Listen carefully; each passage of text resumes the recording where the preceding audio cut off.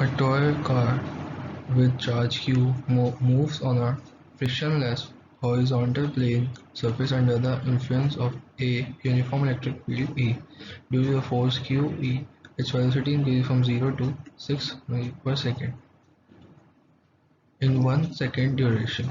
At that instant, the direction of the field is resolved. The car continues to move for 2 more seconds under the influence of this field. The average velocity and the average speed of the toy car between 0 to 3 seconds are respectively this. So these are the 4 options. We have to find the answer.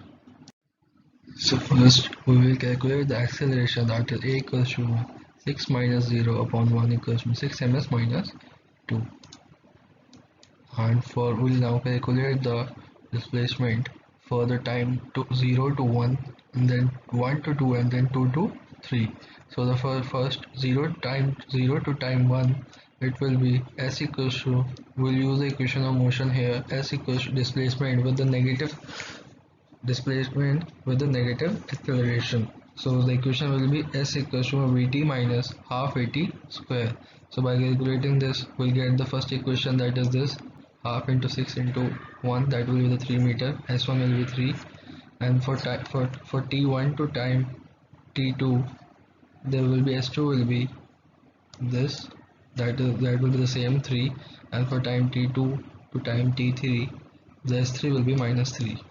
By calculating this, we'll calculate the total displacement, that is s1 plus s2 plus s3.